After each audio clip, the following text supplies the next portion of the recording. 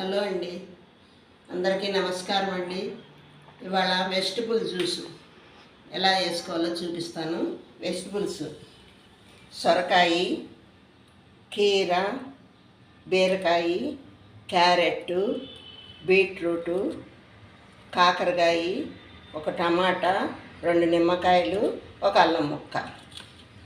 దీంట్లోకి ఆకులు, తమలపాకు, కొత్తిమీర, పుదీనా, కొద్దిగా అల్లవేరు ముక్క, ఇవన్నీ కలిపి ముక్కలు చేసుకొని మనం మిక్సీ కొట్టుకొని జ్యూస్ పిండుకున్నాం. జ్యూస్ పిండుకునేటప్పుడు మీకు మళ్ళీ చూపిస్తాను.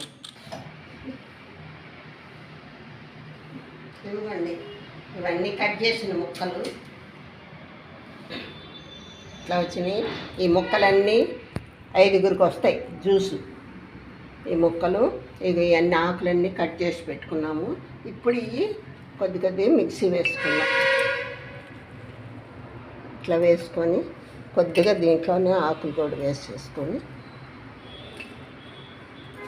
ఇప్పుడు మిక్సీ కొట్టుకుందాం అన్నీ.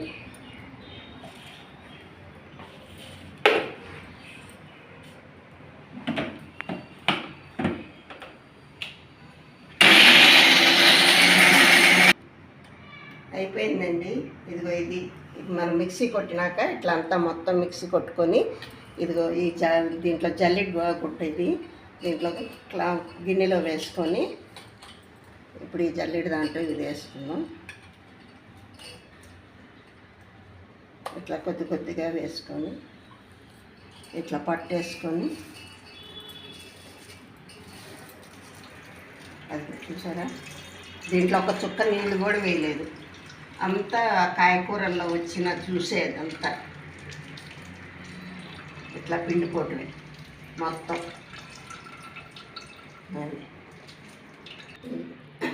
ఇదిగోండి, మనం చేసిన vegetable juice pure vegetable juice. దీంట్లో ఏ వాటర్ ఏం కలపలేదు. డయాబెటిక్ వాళ్ళకి కూడా చాలా మంచిది, ఎందుకంటే కాకరకాయ వేస్తున్నాం కదా. డయాబెటిక్ వాళ్ళు అలానే తాగేయాలి. మనం మనం తాగేవాళ్ళం డయాబెటిక్ లేకపోతే కనుక కొంచెం తేనె వేసుకొని తాగొచ్చు, చాలా మంచిది. పిల్లలకి వేసేటప్పుడు కాకరకాయ వేయబాకండి. కాకరకాయ వేయకుండా పిల్లలకి ఇస్తే చాలా మంచిది జ్యూస్. ఇంకా మన ఇంట్లో గుమ్మడికాయ ఉంటే గుమ్మడికాయ వేసుకోవచ్చు, ఇంకానేమో ముల్లంగి వేసుకోవచ్చు, చాలా మంచిది.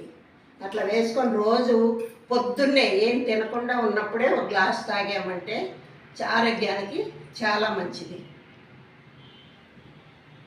మీరు కూడా ట్రై చేయండి. మీకు నచ్చితే కనుక సబ్స్క్రైబ్ చేసుకొని అందరికి షేర్ చేయండి. బెల్ నొక్కండి. బెల్ ఐకాన్ నొక్కితే కనుక మీకు నేను చేసే ఇట్లాంటి ఐటమ్స్ అన్నీ మీకు చూడటానికి వెంటనే వస్తాయి మీకు.